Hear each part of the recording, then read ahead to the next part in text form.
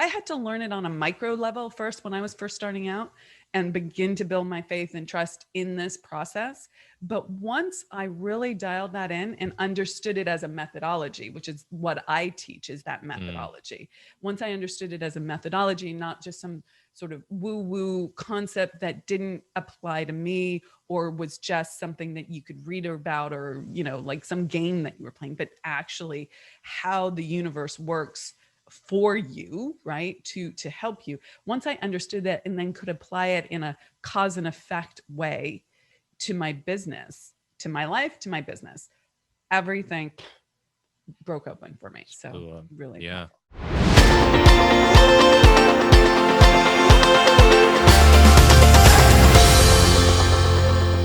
All right. Amira Alvarez is the founder and CEO of the Unstoppable Woman, a global coaching company helping entrepreneurs, empire builders, athletes, creatives, rising stars in all fields achieve their dreams and goals in record time. Amira, it's so good to have you on the show today. Thanks for joining us. Oh, you're so welcome. I'm really excited to be here, Mike. This is fun because we just met, right? We haven't known Totally. each other. And you reached out and were like, "Hey, are you open to having me on the show?" And I don't often say yes because we do get a lot of pitches and we have a lot of guests already kind of like in the can. And I just loved your message. I love the clarity with which you communicate. I loved your one sheet. That was killer. That was why I said yes. I was like, wow. So there, all the hard work that you put into that, and whoever on your team kind of helped you with that, let them know. But what I loved was that you talked about how you kind of made several quantum leaps in your business as a coach, barely making six figures, making 700K in a year, and then on to seven figures and never looking back. I love that. So I'd love to talk a little bit about that because I think that's a huge like thing for a lot of folks. But tell us a little bit first about what you do with Unstoppable Woman, and then I'm sure that'll frame some of what we talk about. 100%. They're very much connected. So initially, my business wasn't called The Unstoppable Woman. It was called Quantum Leap Coaching. And I named it Quantum Leap Coaching even before I had made my quantum leap. I think that was a little bit of a setting the GPS for what I wanted. Sure. But I loved the energy of that. And it was only after being really in the business and coaching a lot of women, coaching myself, but being coached by other people and seeing what it took to really build a business that I wanted to rebrand. And it was a divine download. It just came to me, the Unstoppable Woman. And the concept is that there's going to be challenges. There's no escaping that. The waves of the ocean, they're going to keep coming, whether you're in business for yourself or in your personal life or working for someone else. This is life. And you can either let it like toss you at the bottom of the ocean. How many times has that happened? Like, I'm raising my hand to that. And it's you tumble, right? And you've got sand in your nose and it's like it's tough, right? Okay, my analogy might be going too far there. But or you can learn to surf, okay? And you can figure out how to stay in motion, in momentum, riding that wave and growing and becoming more. And I realized that where I was, the level that I was playing at initially, I had so many excuses. I had so many reasons why it couldn't happen, or I couldn't do it, or the day just blew up, or the day got away from me. I had a can do attitude. I don't think that I was someone who really had a negative mindset per se. I had a good life. I had a good attitude. I worked hard. I had enthusiasm. I had joy in my heart. And I had a bunch of excuses. And that's where I kept stopping. And I would make incremental progress, but ultimately I was getting pretty much the same results. Mm, And it wasn't until I learned what it was that was causing me to stop and how to understand sort of the intellectual framework around that, and then use that so that I wouldn't stop when faced with whatever the resistance is or the challenge or the crisis or whatever comes up in business. Yeah. it's interesting you say that because I always feel like awareness is the first step, right? 100%. Yeah. I've been exactly where you are. What we a lot of folks who are listening to us have, and it's not really just even about the money; it's about the mindset, and it's about like what is really stopping me. How did you discover what those things were? So a number of ways. One, trial and error, total Yeah. experience, right? Like you just have to go through it. There's no other way. I wish there was a magic bullet, but guess what? There isn't. You just have to have the experience. But I learned an intellectual framework that I'll share with you in a moment. That's I can do it in a little bit of a nutshell, Hmm. part of a larger teaching. And I also fundamentally dove into these concepts that, making mistakes is how you grow, not what is cause for shame or guilt. And to really embrace growth, and the faster I fail, the faster I grow. And I personally was someone who was defending myself internally. You wouldn't necessarily see it on the outside. It didn't come across in how I was speaking to people or relating to them. But inside, I desperately didn't want to be wrong. And so, what does that show up as? Perfectionism, not willing to take risks, not willing to make decisions quickly, not over analysis, paralysis analysis. All of, there's a whole, like, I could just keep going, right? But because I didn't want to be wrong, I wouldn't put myself out there. That affected sales, right? You need to be able to be willing to say the wrong thing in a sales conversation and get that feedback in order to grow. Like you will never get to the next level of whatever your genius is, your business is, your lane is, until you make 1,001 mistakes. And if you're afraid that you're not gonna, like, that being wrong is death, right? Then you'll never go there. And that's a big shift that I had to make. And that was an identity piece. It was a self-image piece. It was an internal, who I knew myself to be. And if I did anything outside of that my subconscious, which was in charge of keeping me alive, would think, oh my God, you might die if you take that risk. No, we're going to distract you, cause you to lack of focus, do something else.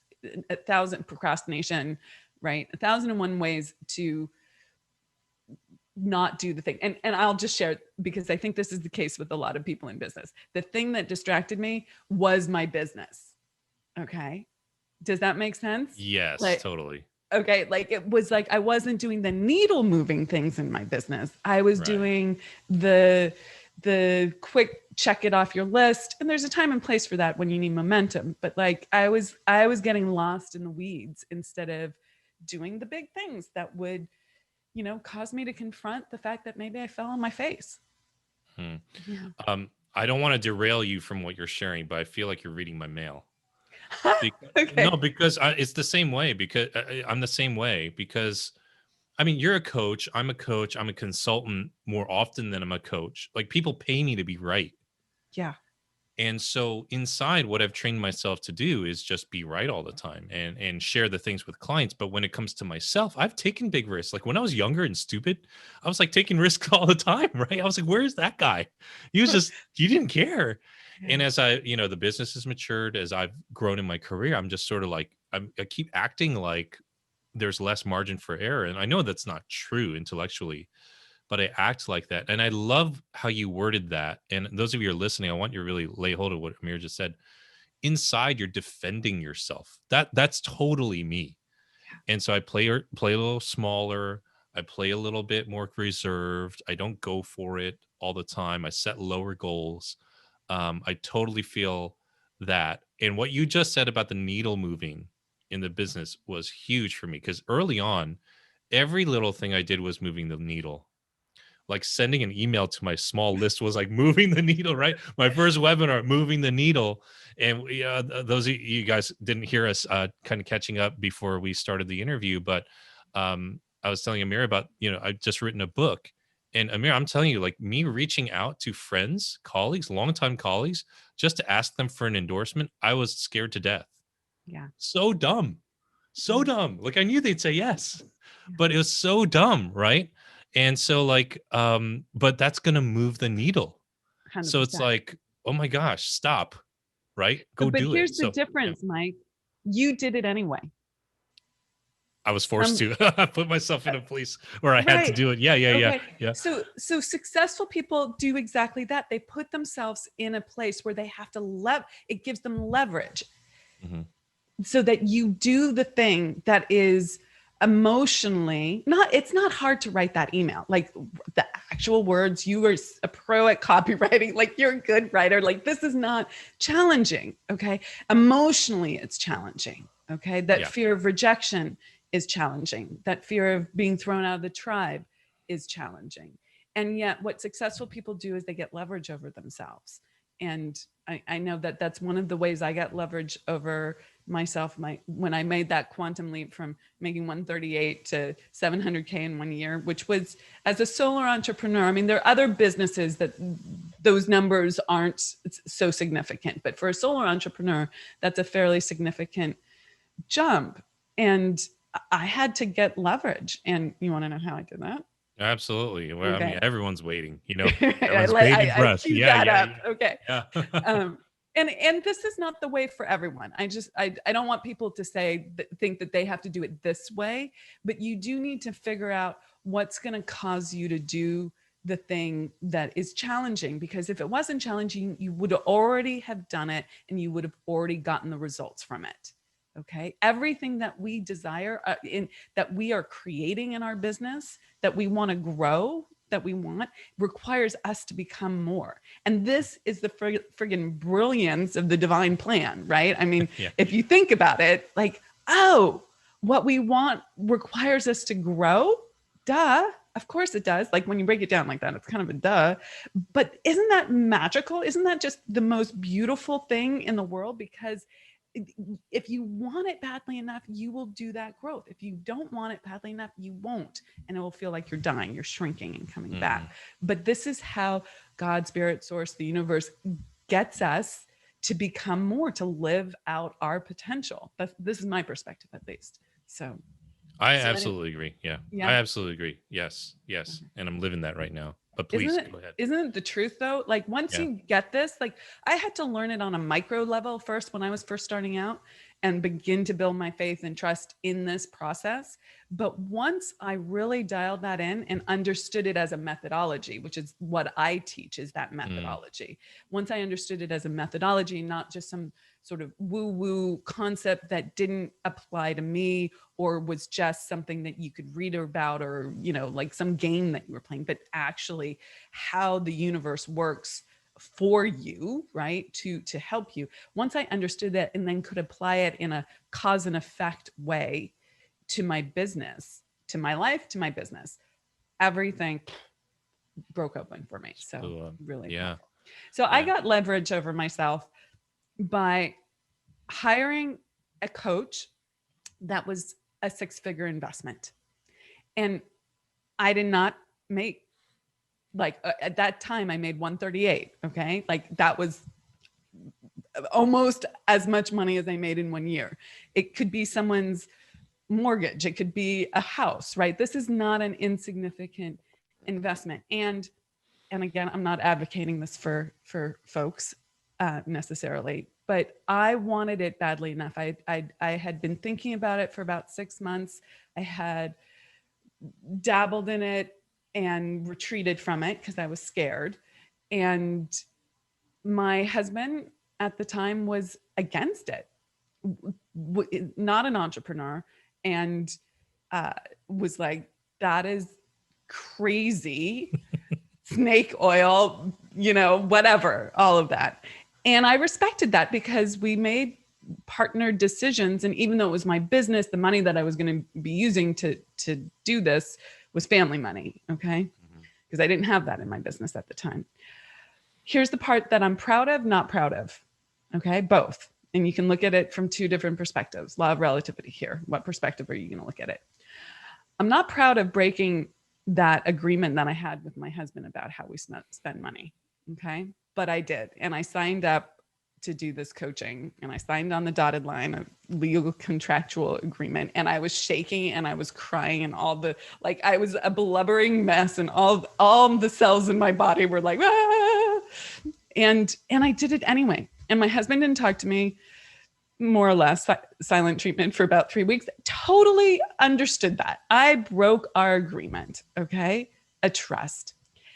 He was pretty effing thrilled when I was making 700K a year. Okay. Like he came around, started taking seminars and doing all of that. Okay.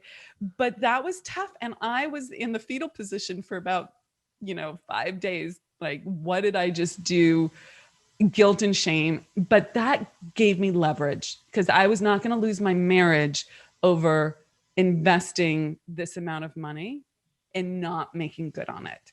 So even though it sounds like, wow, you're a traitor to your marriage by saying you're going to sign up for this, counter to the agreement that you have, I did have a huge amount of integrity. Like I wasn't going to like blow it off. And that's how I got leverage. Mm. Well, those of you who are listening to us on the podcast, you don't see me laughing this whole time silently, because those who are watching on YouTube all do, because Amir, I did the same exact thing. You did the same thing? I did the same. That's why I'm laughing so much. Oh my goodness.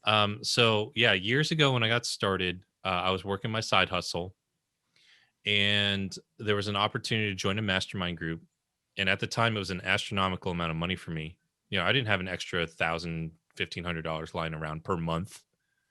That was a lot of money. We just bought a house. I was married at the time. We just bought a house. It was an $800,000 house. And I'm like, okay, we got bills to pay. And here I go. I'm like, I'm going to go join this mastermind group because I know I'm supposed to do it. And I didn't tell my ex-wife. And that's not why we're divorced, but right. Cause she like your situation, she was pretty thrilled, when the next year I went full time in my own business and I didn't have to work at the company I was working for anymore and all these things. But for whatever you guys who are listening think this is though, whatever a quantum investment for you is right now, sometimes that's what launches you into that leap. Right. That was totally the case for me. Another fun fact, and I've been more open about this over the last couple of years. When I bought my domain, MikeKim.com, people are like, oh my gosh, how did you get your .com? Like, that's such a common name. Mike Kim is a very common name. I was like, well, I paid $11,500 for it without my wife knowing about it. Then they were like, did you have the money? I was like, kinda. I just had it like tucked away in like my savings. And yeah. Now I'm not, again, I don't think either of us are saying that, people should lie to their spouse or anything like that. The principle, though, is like the universe saw that and it said, here is some sort of energy that's like, look, if you want to shoot an arrow, you got to pull it back quite a bit, and it goes further. And that's what I saw. So I love that you're saying leverage and leaps. Yeah, that was so true. And people ask me this all the time. I wonder if you have a particular way you answer it. I'd be interested in knowing that because you have the same experience. There's a level of knowing and trust, even though I didn't know the way or how it was going to happen, because you had to say yes to that mastermind in advance. I had to say yes to the mentorship in advance of knowing how that was going to actually work. But I knew kinesthetically in my body, in my heart, I couldn't give you the words or intellectualize the rational reason. It wasn't a left brain pro con list. Okay. It was just I have to do this. Yes. And I trusted that and I said yes to it. And people oftentimes, they ask, how do you learn that? How do you know? And I think that everyone knows, and then they second guess themselves. And all the fear comes right back in. And if you can make a quick decision, if you can say yes as soon as you feel the yes, and be personally responsible. Here's the thing, Mike, I was personally responsible for that yes. I didn't go, oh, well, someone else made that yes. Sorry, honey, no big deal. I'll blow it off. No, I was personally responsible for that yes. When he was so upset, which I grant him total license to be, okay, I was personally responsible for that. And I owned that. I didn't make him wrong about it or anything. And I took the feedback and I went with it. I didn't stop. Here's that concept of being unstoppable. I didn't let that stop me. And one of the things that 2020 hindsight, looking back, I can see where I was being an unconscious competent, which means unconsciously I was doing the right things. So in saying yes to what I desired, saying yes quickly, making a decision, not letting the fear and the doubt stop me, and then being willing to take in the feedback, the results, the experience, and take personal responsibility for that. Not in, again, I felt that shame. I did. I felt like, oh my God, I did something really wrong. But I had to learn that in that moment and come out with growth, to the point we started off this conversation with, like being able to learn from that experiencing and become more. I actually, that was such a powerful experience for me. I wouldn't trade it for the world, right? You know? And so I think people have to learn it through experience and through triangulating. That feeling was actually truth speaking to me. And Mm. this feeling over here, that's actually ego, that's fear, that's comparison and jealousy, filling the void. I just want to buy something, right? And you have to practice and experience both. I've had that fill the void. Let's buy that thing to fill the void. Okay. When you start making a lot of money, you can buy a lot of things. Okay. I've had a Mm. lot of experience with buy the thing, fill the void. And I know what that feels like now. And I know the difference between buying the pretty jacket or shoes or whatever because I really want it, and buying it because it's filling the void and not the right thing. But I wouldn't have learned that without having the experience of going through making mistakes and experiencing the feedback.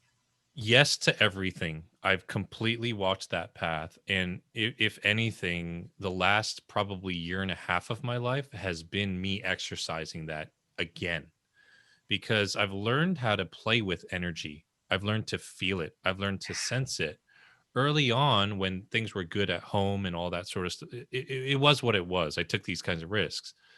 Then my life, personal life, goes through this huge change. Right now, I'm on my own. I'm building my business back up again, but I'm taking leaps and bounds. And I'm like, what is going on? Why are things accelerating so quickly? It's because I had that skill set. It's just life just kept boom, boom, boom, throwing me ahead because it just knew I could handle it until I reached a point where it's like, okay, now you got to grow. I love what you said earlier about that. I just heard Jim Rohn. I've been watching him a lot lately, the old Jim Rohn tapes. And he said, don't wish it were easier. Wish you were better.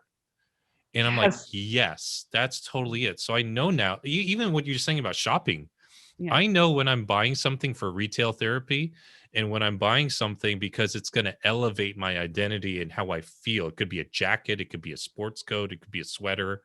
It just makes me feel like this energy and I'm elevating myself. I totally get that. So 100%. shopping, heck yeah. Okay. So Yeah. I don't want to keep interrupting, but I just want to say yes and amen to everything you're saying because I've totally walked this path Yeah. and still walking it. And I think for business owners, your audience is at all different places in their business. And one of the things that comes, like, if you really practice this and you understand how to change your identity and change how you see yourself, that's the methodology that I really teach my clients, is changing how they see themselves and then applying it to the business plan that we come up with. Like, okay, here's what you need, here's where you want to go, here's the path to get there, who do you need to be, and let's create that identity so that it's easier and it's in alignment and you're not swimming upstream and constantly fighting yourself. Mhm. It doesn't mean that there aren't challenges. Like January 4th, first Monday of this 2021, okay? Two of my top people, actually my two top people in my business, both resigned. Hmm. Same day. One's been with me, sort of a legacy person, 4 or 5 years. Like she's my second brain. Okay. Hmm. She's like, and I love them both. And they both had incredibly, like, they both want to start their own business. Who am I to like stop anyone from I'm like, Yeah. please, how can I support you? And what is the role in transition that we're going to Mhm. play out here?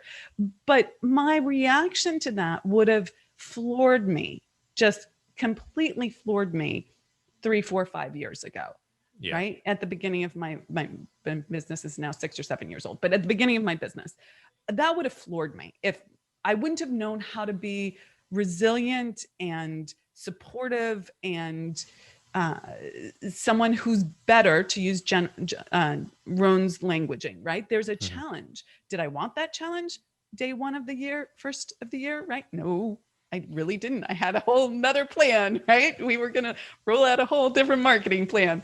Yeah. But I was like, okay, let's talk about this. Let's make this happen. And I really genuinely was not in blame or complaining or bitterness or frustrated. Was last week very full? Yes. Okay. And it felt very satisfying to me to have that, a bit of that witness perspective, that because I've done this work on not making myself wrong and knowing that every challenge is a request to step up, right? A hand. It's like someone's, God, spirit, source is giving you this hand. Please, this is the way. And you didn't listen to me before, so I'm giving you this instead. Okay. And I'm like, okay, I'm listening.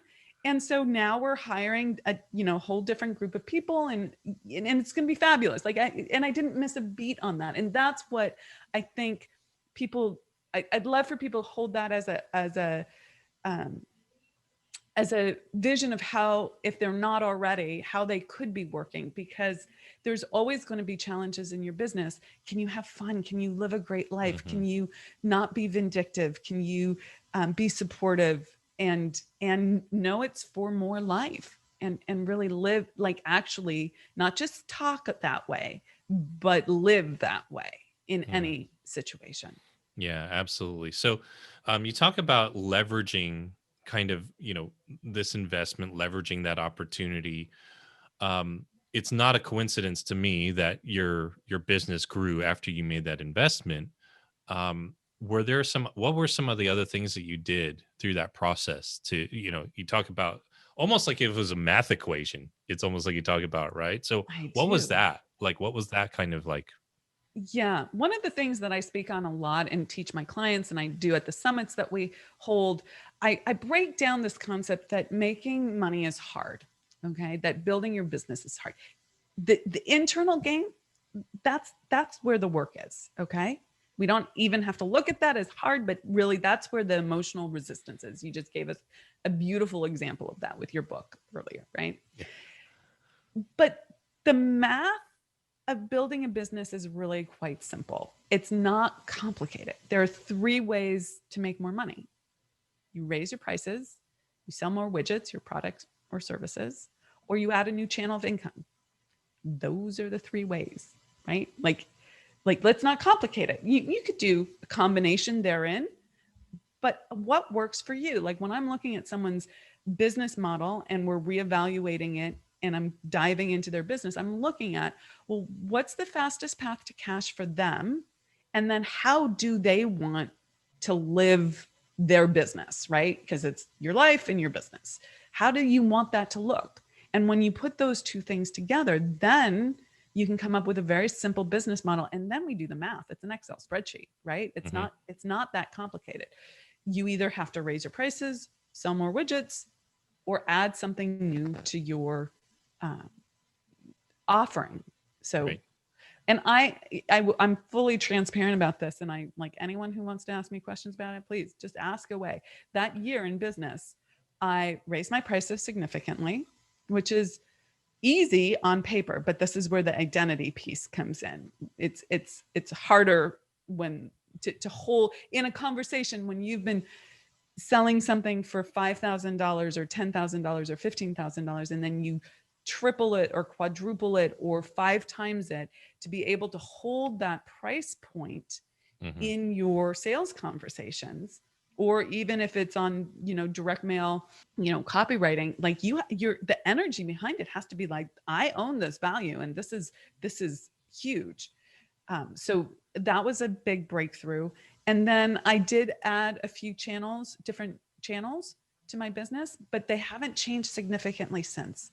Mhm. Okay. So that year I started a mastermind called the Spirit of Wealth, and we've been doing that ever since. So I work with people in a lot of different ways, but that is one of my most favorite ways to work with people, and that's a year-long program anyway. But So I did a combination therein, but it was a math equation. I just looked Yes. and figured that out. Yeah. Congratulations on that, because it's not just about, and I know some people will, oh, well, I could never charge even $5,000 for something, and Amir just tripled it. I'm like, yeah, it's the same emotion. It's the same energy. It's just a different number you type on on an email, but the Yeah. emotion is the same. I remember the first time I sent out a 6-figure consulting contract. I was like, I'm insane. What am I doing? Like, what the freak am I doing? Like, I'm an idiot. Like, what Who am I am I, doing? right? Hey, who am I? Like, seriously, what? They're not going to pay this. You just blew the opportunity of a lifetime. And that But is such a, my yeah, that's the identity piece, right? yes, exactly. Okay. Yeah. You're in your head. You're not having this conversation with them, but you're in your head and you are communicating in some ways energetically. But you're saying to yourself, like, who am I? I'm not this. I look at this and this isn't me. And and yet you took that action anyway. You didn't stop. You understood intellectually what you had to do. And your greatest power is your power to choose. We choose with our conscious intellectual mind. We can make it easier if our subconscious self-image is in alignment with it. Yeah. I love that. Well, you've got the Unstoppable Woman Summit coming up. Tell us a little bit about it. Tell everybody about it, especially you ladies who are listening in. You should join Amir on this. Tell us a little bit about it. I would love them to join me. So, the Unstoppable Women Summit is an amazing summit. We do it a Friday, Saturday, and Sunday. The next one is coming up May 14th, 15th, and 16th. This is me teaching you for 3 solid days. Okay. It's just me teaching. You get to meet amazing people. You know, we're not sure this year if it's going to be in person. We have a hotel booked in case pandemic land gets mitigated, and probably there will be a goodly number of people who are willing to travel and some people who will virtual live stream in. We've been doing them virtually this past year and they've been to great success. We figured out how to create really powerful networking even virtually. So know that it's an income breakthrough summit. It's teaching you what needs to happen for you to have an income breakthrough. If you want to quantum leap your income, if you want to stop playing small, if you recognize that you're self-sabotaging, I don't I don't care where you're at in your business. I have people who come to these summits, multimillionaires who are sitting in the back of the room eating it up. And then I have people who are just starting out and they're like excited for their first $500, okay? And so it's a wide gamut spectrum of women in the room, but the thing that they have in common is that they're ambitious, they're driven, they want more for themselves. They know that they were made for more, but they keep hitting an internal block. Okay. They're smart. Of course, all of us need to learn technical skills. Like we were talking earlier about copywriting. Like you need to learn technical skills, right? Like learning, like having someone on your team or knowing how to do it yourself, important. Knowing funnels, important. These are technical marketing skills. I could teach you that, but that's not my lane of genius. My lane of genius is getting you to understand who you are in truth so that you can align yourself with what you really want. It's already there. You're just getting in your own way.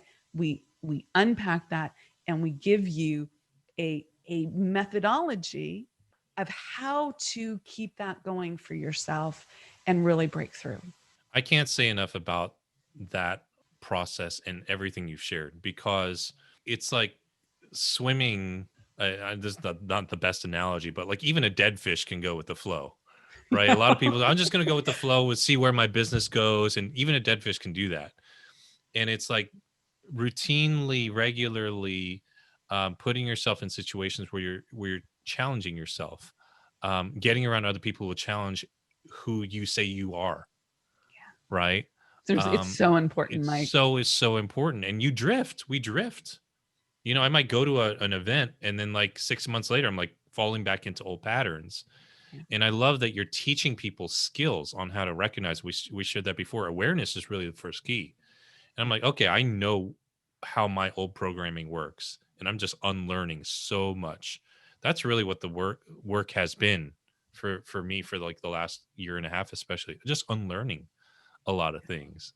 And then you have to And fill so, it with the new stuff, right? yes, I mean, it's yes. the awareness, you have to unlearn it. You have to say, okay, this is my pattern. I'm just running a program. I'm Yep. running a pattern here. It's Hmm. not who I know myself to be, but it is who I am. Like for a lot of people, here's a good analogy that might work outside of business.